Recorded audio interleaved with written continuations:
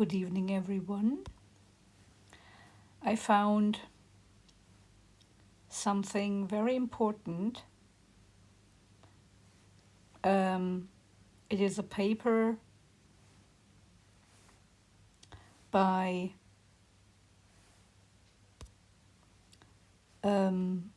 Peter Reves, the Hungarian professor, who studies the languages of Minoan and Hungarian and draws the connection to the Uralic origin. And he has worked together with Shoaib Shafii and written and published a very important article on an analysis that Carian, Elder Futhark, Old Hungarian, and Old Turkic have a relationship. So they are all connected. I'm going to summarize this. And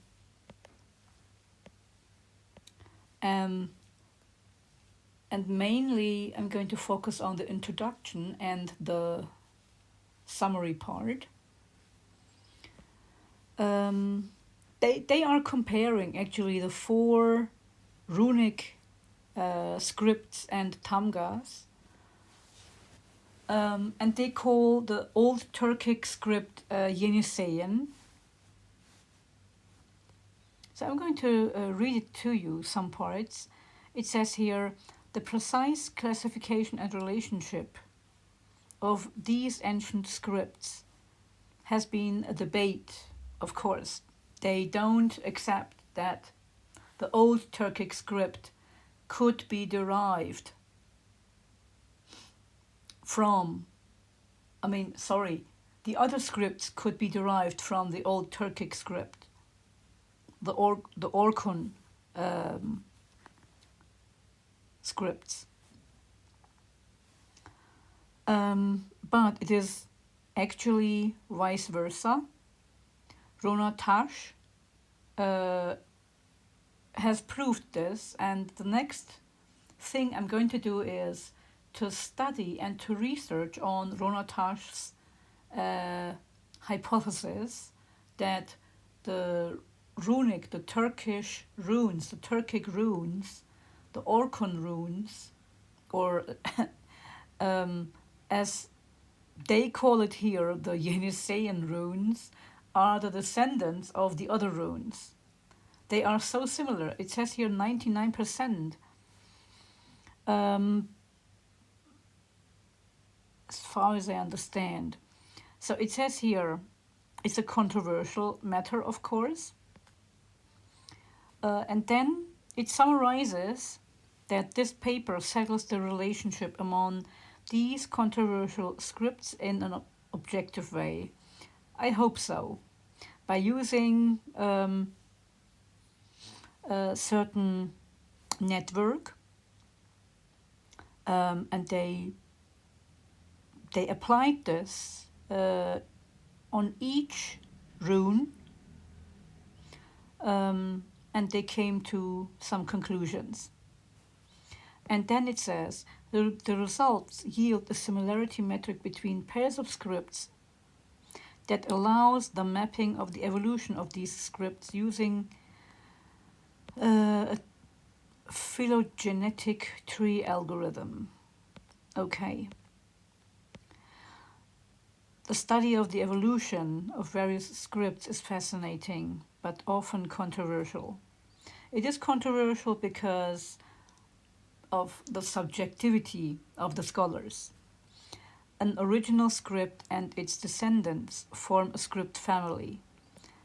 And here it gives the example of the Phoenician alphabet family. Another script family that spread from the island of Crete is called the Cretan script family. They say that the Cretans weren't Greek. They were the inhabitants of the island. I mostly think that they were the original inhabitants of Anatolia, the Cretans, of the island, and of course of Anatolia. Both the script families have a tendency of an increasing percentage to mirror Semitic signs, and often have characteristics such as reflecting front-back vowel harmony of the underlying language. In contrast, some other scripts, such as the Indus Valley script, I'm going to study that as well, do not seem to have any known descendants. The paper focuses on the Carian alphabet, the Elder Futhark, which is the oldest runic alphabet, it says, the old Hungarian script, and it's called in Hungarian the Shekeli Magyar Rova Shiras.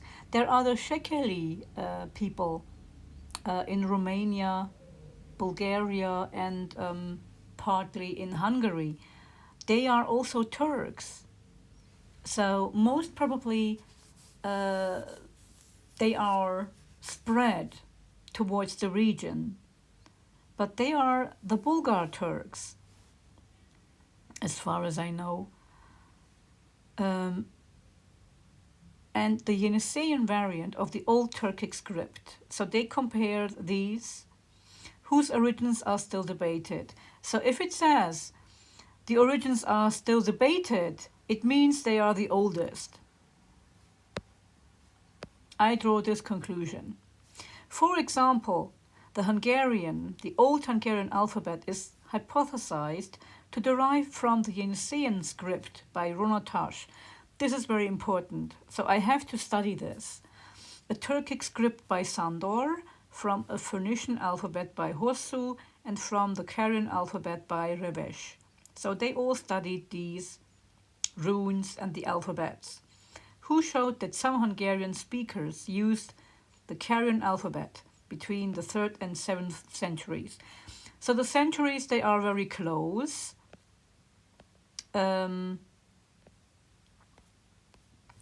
This part is important. On the other hand, tamgas signs, similar to Turkic tamgas signs, are sometimes found inserted into old Hungarian inscriptions. So the Turkic script and the Hungarian script is very, very similar. So they must be related. There is no other reason. There is no other solution to this. The origin of the Elder Futhark alphabet is also puzzling, with Hempel advocating a Thracian alphabet origin following Isaac Taylor, while Mayes advocating an Etruscan alphabet origin. I think the Etruscans came later. It all started in the Urals, together with the Hungarian alphabet and the Scandinavians. So they were all spread in this region, yes, and also in Mongolia, where the old Turkic runes were also there. So the origin, well, there is no certain place. They were all these people, they were all related. And if they used similar alphabets, they are 99% similar, because they're over 90% similar. So this means there was a common origin. They were spread everywhere. I strongly believe that they were the Scythians. They were the Tatars mostly, spreading from Finland to Anatolia and Mongolia. There is no other reason. Of course, Europe. Not to forget. Yes. So, and they served to the modern alphabet and also to the Cyrillic alphabet. A large part of the controversy stems from manual studies of these controversial scripts, where the authors focus on a few signs that look similar to their eyes. In contrast, this paper gives an objective Okay, we mentioned that before. An algorithmic answer to such controversial questions. I hope so. Dagomati and Ravesh initiated the study of the evolution of scripts by using convolutional neural networks, that is CNN. The first, the first trained separate CNNs to recognize various scripts. Then they passed the signs to one script that was trained to recognize another script. The signs then were recognized by the trained script. Okay, so they applied this to the CNN, to these networks. And conclusion, two scripts can be considered related if there is a one-to-one mapping between the signs. So Dagomati and Ravesh showed that the 8 Bronze Age scripts that were used from Greece to India fall into 3 clusters. Scripts within each cluster are so closely related to each other that they either have a common origin or one script is the origin of the other. For example, one of the interesting results of Dagomati and Ravesh is that Sumerian pictograms, which preceded the latter cuneiform script, are the likely origins of the Indus Valley script. So the Sumerian pictograms actually served to the Indus Valley script. They are the origins of the Indus Valley script. They are older. It is not right to say that Sanskrit was the ancestor of Sumerian. It is vice versa. Which is the oldest known writing in India and Pakistan. Yes, so they still keep to their old traditions. So the hotter one region is, the more original or the more ancient traditions you follow. You don't break them. The seminal work of Dagomati and Ravesh still left unresolved the relationship of numerous later scripts that were first appeared in the Iron Age or later. There is a great need to continue their work to resolve the origin of these latter scripts. From a mythological perspective, our novel contribution is that we will augment the dataset using generative. Okay, they applied again some things called GANs to generate examples of the signs of each script. This will lead to an augmented dataset on top of the on-fly transformations done with Python's libraries to mimic traditional methods to augment imaging datasets, to use distortions, etc., etc. So they applied this by using certain techniques. The higher quality models that result from the GAN augmentation will be used in the training phase of the convolutional neural networks to classify the images more efficiently and accurately. We already achieve a high accuracy with only 10 epochs of training, while Dagomati and Ravesh had to go to 100 epochs of training to achieve a similar accuracy. The rest of this paper is organized as follows. So here we are, with section 2, section 3, section 4, and section 5. Now, definitions. We have here certain scripts, right? The first one is shown in figure 1. It's the Carian alphabet. The second one is the futhark, the elder futhark. The third one is the old Hungarian script. And the last one is the old Turkic script. Here it is called Yeniseian. Why don't they say the old Turkic script? They always have to give names for Turkic things. What a complex. I mean, what an inferiority complex this is. Okay. It describes them, the centuries where they were used. The Carian alphabet was used in the 7th and 4th century BCE in Anatolia, and also Egypt, as you see. The elder futhark was used in the 2nd and 8th centuries. It doesn't say here BC.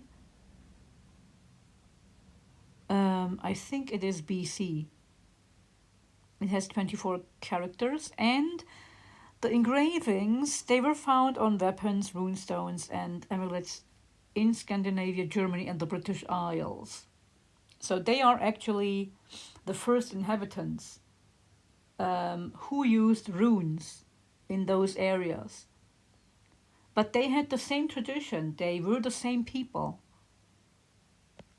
The Old Hungarian script is a writing system that was used by the Hungarians before the adoption of the Latin alphabet in the 11th century.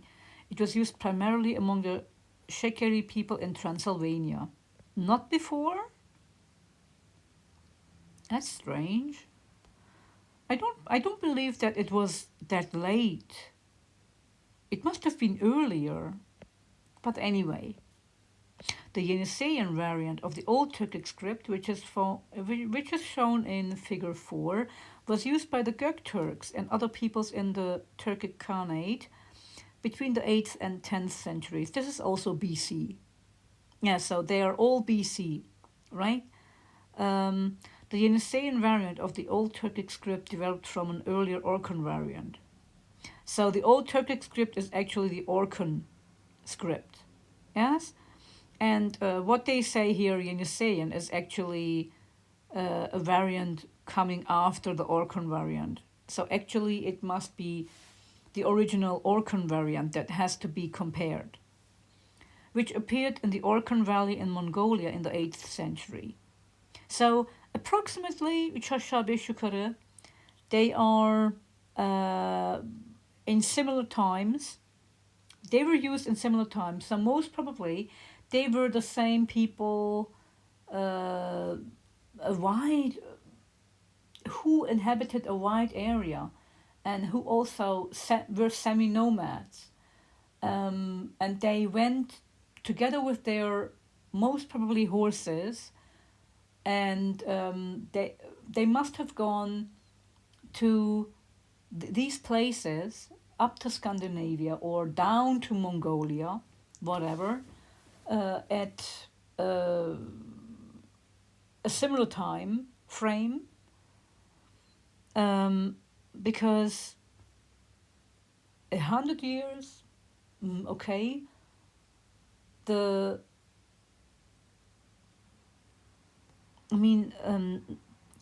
period it talks here is not that far away from each other, right?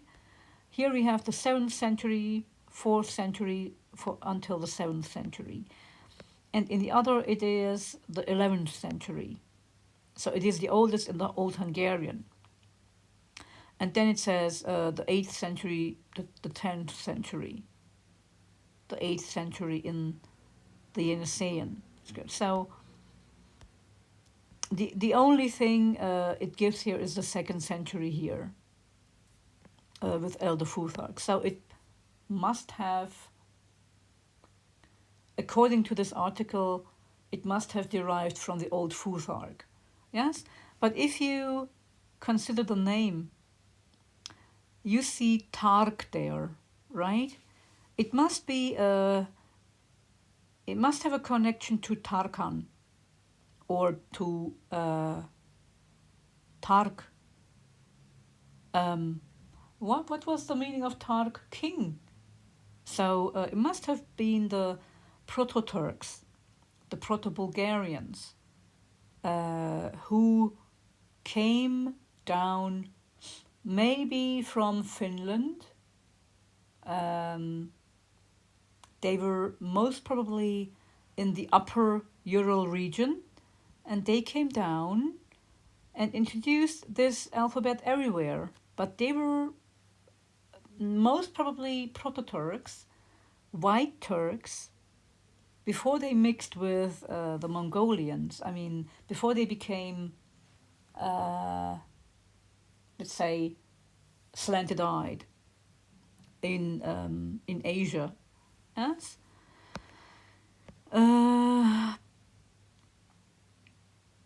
Okay, the Shekeli people. Now here we have the scripts. So the alphabet. So it became an alphabet here, right? They used letters here, and if you have a look, it is almost like the Latin alphabet that we use today, right? So it is the protoform of the Latin alphabet, the Carian alphabet in Anatolia. We have the Elder Futhark with, I think, 24 letters it was, right? They are almost the same like the Turkish letters, the Turkic letters in the orhun script. And here we have, in the upper form here, we have the Hungarian form. So the Hungarian, the more complex it is, and the more letters it has, the newer it is. That's what I think. If it has less letters, I think it's more original. So I think the Yeniseian script, this is my opinion, I think the Yeniseian script was the oldest here. And from there, they most probably went up according to this script, of course, right? I don't think they went down, and the further down they went, the lesser it became. It is actually vice versa. The newer it is, one language becomes more complex. Let's say, for example, if you take German, it has der, die, das as an article. Or if you take French, it has females and males as article. The newer it is.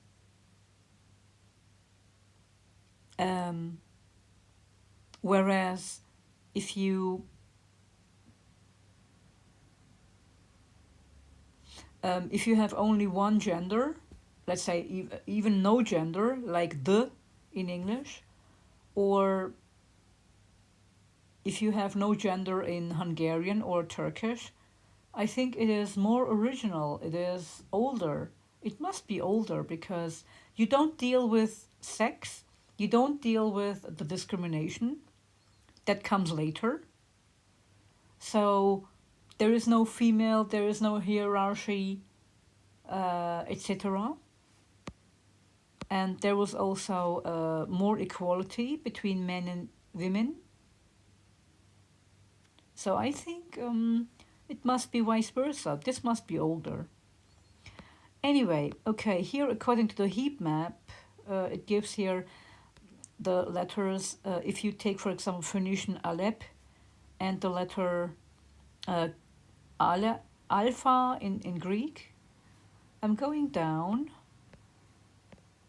because it compares now these two. So this is the Phoenician on the right,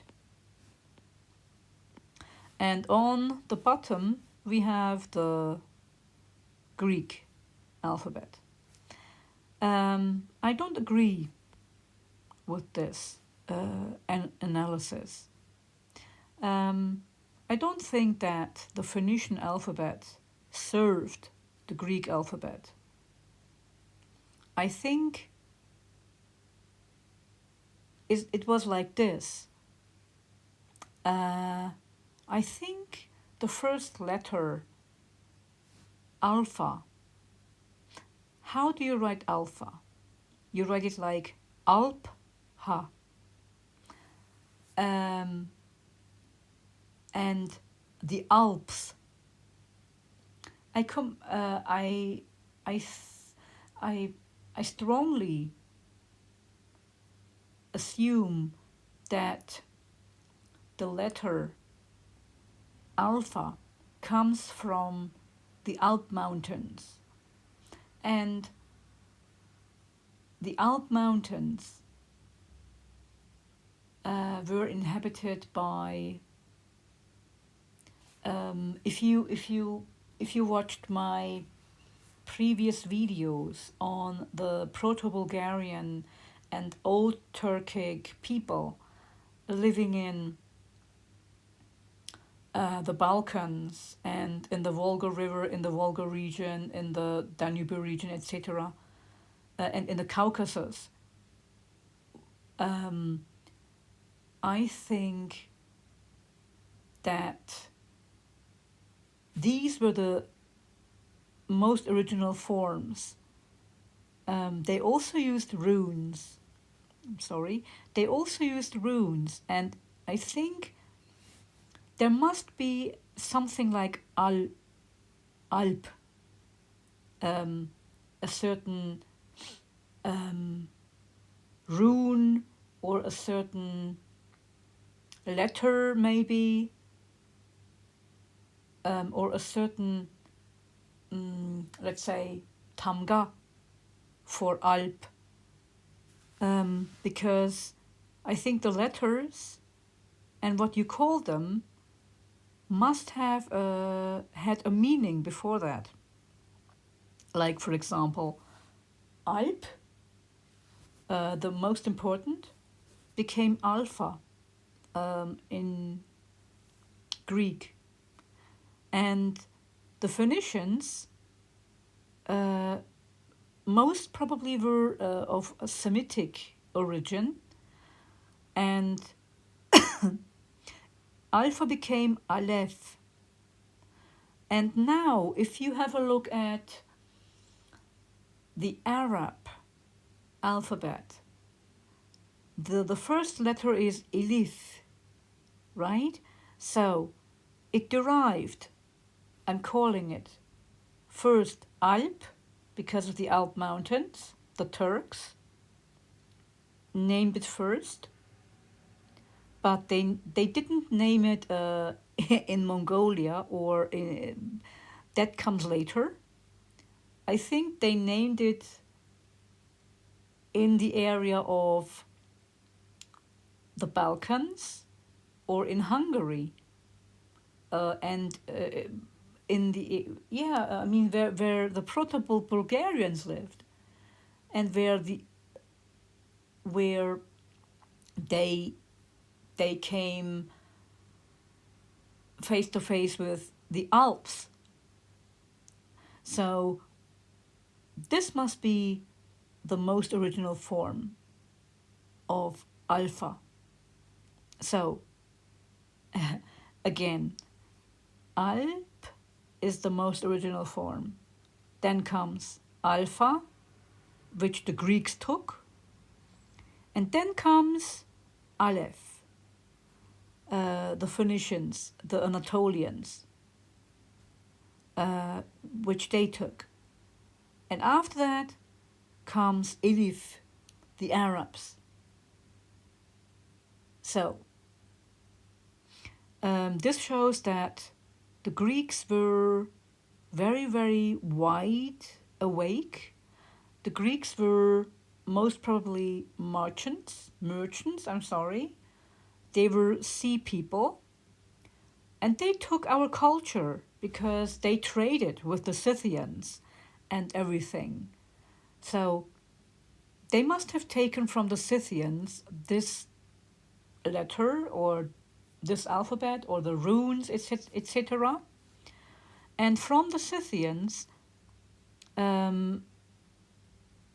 it was given to the Semitic people, right? If you have a look here, beta could be ata, because there are some letters like prefixes. They function like prefixes. So Alp, ata, I think was the second. It has a meaning in Turkish, but I don't think it has a meaning in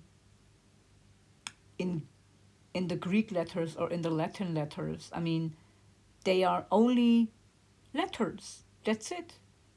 They don't mean anything. What does, if you ask a Greek person, what does alpha mean? What does beta mean? What does gamma mean? They wouldn't give an explanation. But we would have an explanation for alp. We would have an explanation for ata, because it means father, the forefather, or the ancestor is ata.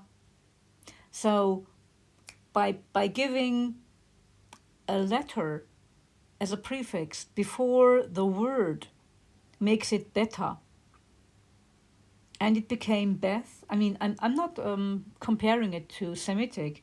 I'm only taking the the Greek version. So gamma, I'm not sure what gamma meant. Maybe Anna. It could be Anna, because Anya means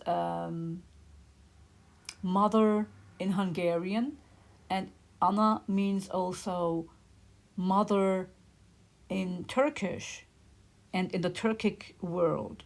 So these three holy words must have be the forefathers of these ancestor alphabets. So gamma is then most probably it took a prefix, the letter J, and it became gimme, right? Delta, I'm not sure where delta comes from.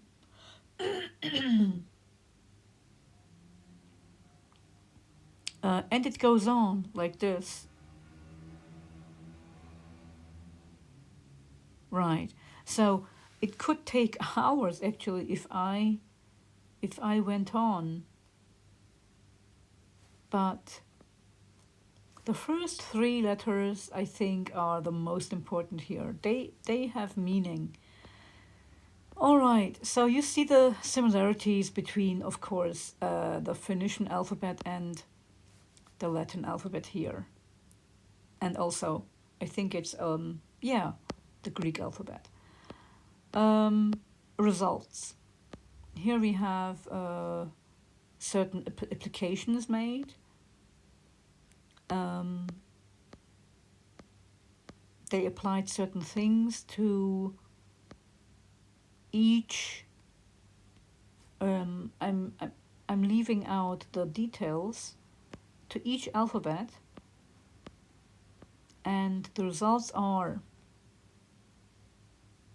Figure 6 shows some examples of Yeniseian signs that were generated by our GAN after going through its full training cycle.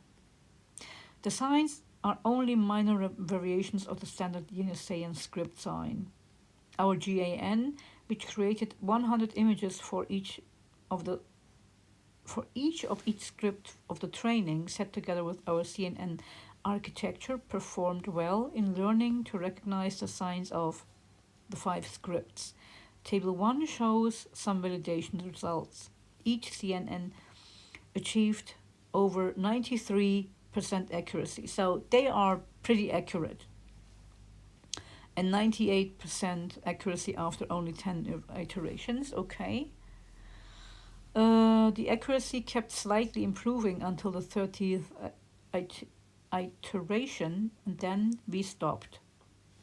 Not surprisingly, the old Hungarian script, which had the most number of signs, took slightly more iterations to converge than the CNNs associated with the other scripts to an over 99% accuracy. Cross-checking and results again we have here. So figure 7 shows the staircases that resulted when cross-checking the Carian alphabet with the eldest futhark. So they compared the alphabets one by one. First, they compared the Carian alphabet with the elder futhark, and then the Old Hungarian script, the Yeniseian script at the bottom. it says here. And then the staircases had 11, 10, and 4 steps respectively. So here we have it. Carian, Elder Futhark, and Hungarian comparisons. And then we have here generated example of Yeniseian script signs. So these are Yeniseian script signs. And here we have the CNN recognition accuracy for the ancient script signs. So they were over 90% accurate, yes, in all these runic inscriptions or runic alphabets, let's say. Signs of different scripts are considered to be pairs if they if the CNN recognizes and the signs are the same as threshold, blah blah blah, that is with at least 75% confidence. For example, the carian letter denoting N, the Elder Futhark letter denoting Z have a trident-like shape. And it goes on, okay, it compares the letters, how they shifted and how they changed. But they are mutually recognizable, of course. And then in figure 8 we have the cross-checking of scripts. The cross-checking between Elder Futhark and Old Hungarian is shown on top of the figure, blah blah blah. You will see from the headlines, of course.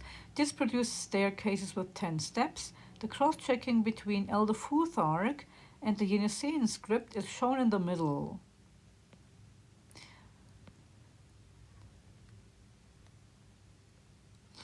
This produced a simple staircases with only one step. So similarity was only with one step. I mean, yes, it is not similar because we used symbols, but Elder Futhark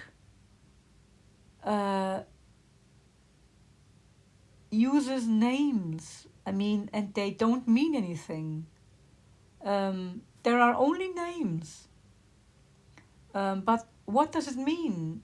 Is there a deep meaning to the names? No.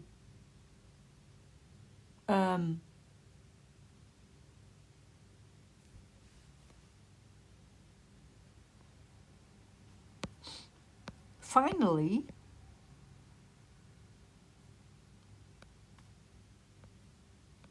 okay, here you see, I will just finish the sentence.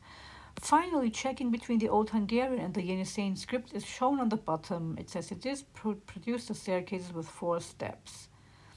Table 2 shows the number of similar signs between the scripts. Now here we have the similar signs.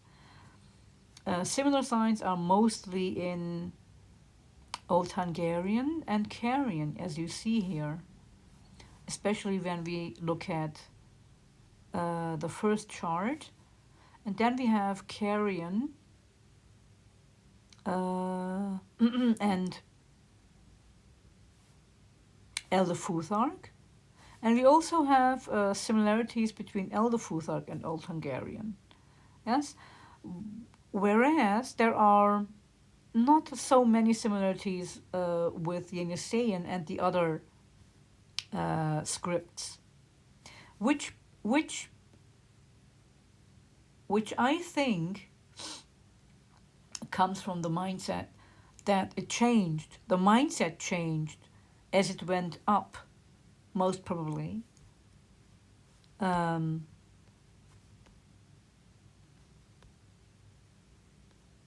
And here we have, look here, this is the middle.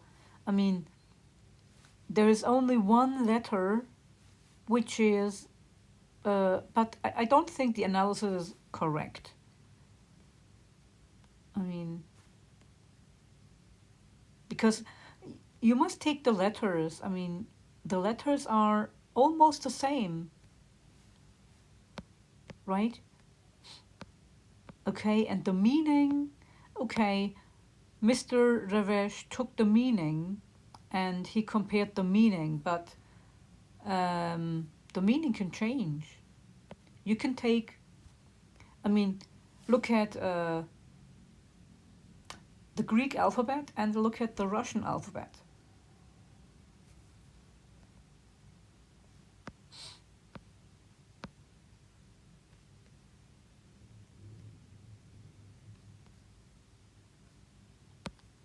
And the meanings change. Okay, here we have the evolution of the scripts.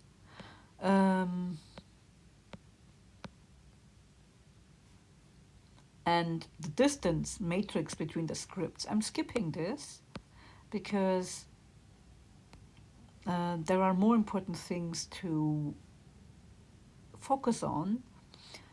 It says here, it is possible to generate, after looking at these studies here, a script phylogenetic tree and dendrogram based on the distance matrix using the UPGMA method algorithm as shown in figure 9.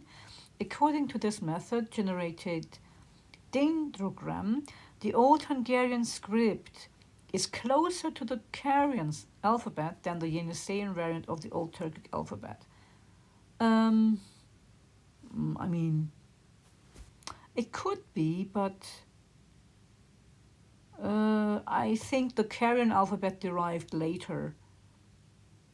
I think the most original form was Old Turkic, then Hungarian, and then Carian. It could have been like this: Old Turkic, Old Hungarian, Old Bulgarian. I mean, at almost the same time, and Scandinavian, or the elder futhark, and then it came down to Carian alphabet. Because if you have a look at the Carian alphabet here, where is it?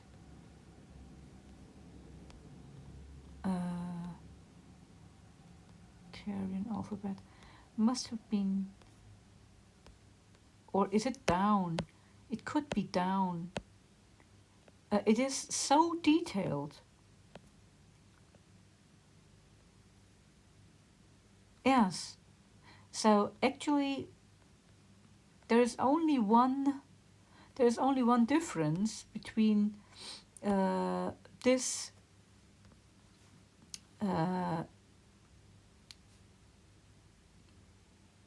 this dendrogram, and with my opinion, I also think that the Yeniseian is the most original one, the most original form, and out of which the Old Hungarian derived, but also the Elder Futhark derived.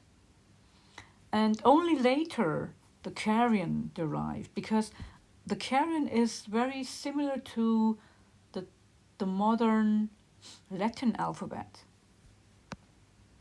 which you will see later. It shows you the alphabets later. Here it gives the Carian alphabet. The Elder Futhark and the Old Hungarian alphabets share 6 additional signs that are missing from the Yeniseian script. That agrees with the hypothesis of Reves that Old Hungarian is closer to Carian than to the Yeniseian Old Turkic script, but the Turkic script is older because it is not so detailed. The less detailed something is, the older it is. The Carian and the Elder Futhark share 4 additional signs that are missing from the Old Hungarian script. Okay, so the Yeniseian and the protoform of Yeniseian could be maybe Old Turkic, I mean the Bulgar Turkic, I mean the West Turkic.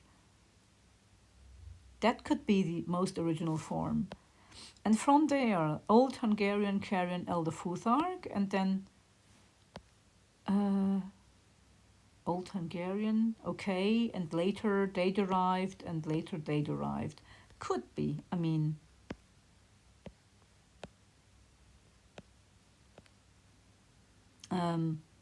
Okay, the conclusions are important. According to this paper, it says here, it demonstrated, wait a minute. Revesh considered the Carian alphabet to be the descendant of Linear A. Mr. Revesh studies Minoan, ancient Minoan, and he also thinks that the Cretans used this alphabet, the Carian alphabet. In addition, the evolution of the scripts need to be examined from the perspective of phonetics, of course. That requires an interdisciplinary work together with phonologists, because the phoneme denoted by some letters may have also changed as languages changed. Of course. And the meanings change, right? While the Turks used the meanings for more deeper symbols, and also they use it for kings, for generals, for certain objects and holy things like Alp or things like that. The Elder Futhark or Scandinavia used it more as letters and started to read it as letters later. So from symbols, it became letters. This shows that the symbols, meaning for symbols, are older. I'm just trying to find out, to give you the, I think it was at the very beginning.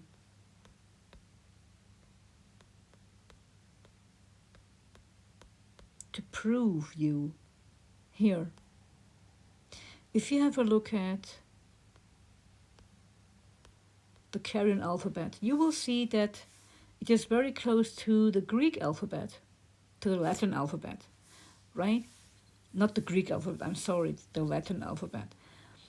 But it also has some features of the Greek alphabet or the Cyrillic alphabet. I strongly think that the runic writing system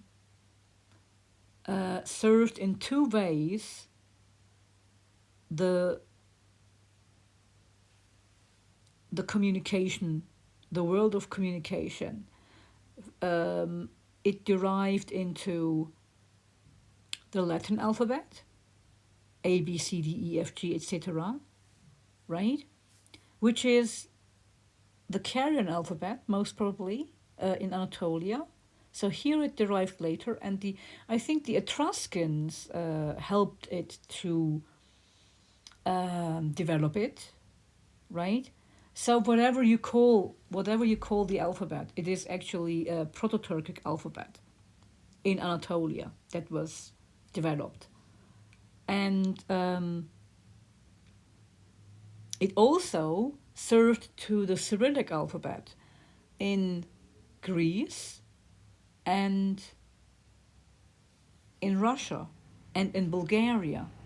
So while in Anatolia the Latin alphabet started to being used, it didn't change in Greece, it didn't change in Bulgaria, and it didn't change in Russia. That's interesting, isn't it? So, and the cuneiform alphabet, that might have served, maybe, if you have a look at the cuneiforms, it might have served to the Urdu language later, if you consider the writings, etc., and maybe to Arabic. I'm only considering the writing forms that Arabic has today, and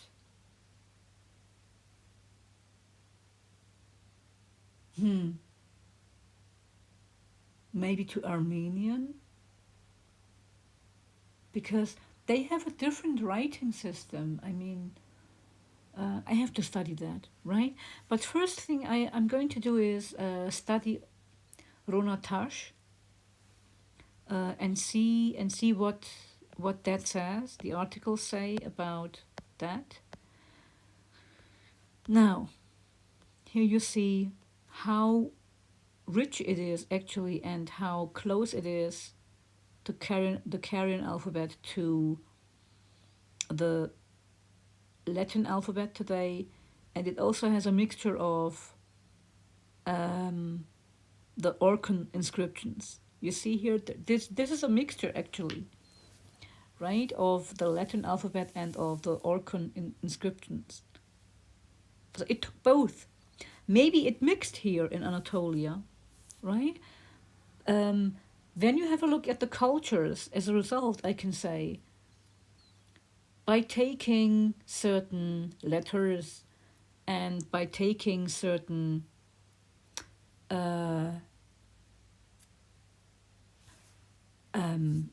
meanings, let's say, if you take the Latin scripts and if you take the orhun scripts, that means there was a mix of cultures, there was a mix of people, and it was reflected to the culture and also to the writing system.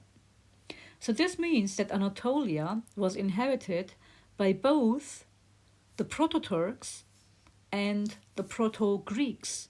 That is, the Bulgars, the Proto-Bulgars, the Proto-Turks, the Proto-Hungarians, all these people from the Urals, from the Altais, they were here, and also the Mediterranean people, right? I don't call them now Greeks, etc., because this is only a concept that was derived or that was developed in the last 100 and 200 years. So this nationalistic feeling only developed later. Before that, there were only regions. And as a result, I can say that the regions Ural, Altai, or the Urals, the Altais, served Anatolia together with the Mediterranean. So the Anatolian people were the Urals, the Altais, deriving people and communities and tribes, as well as the Mediterranean people, most probably the sea people. Yes.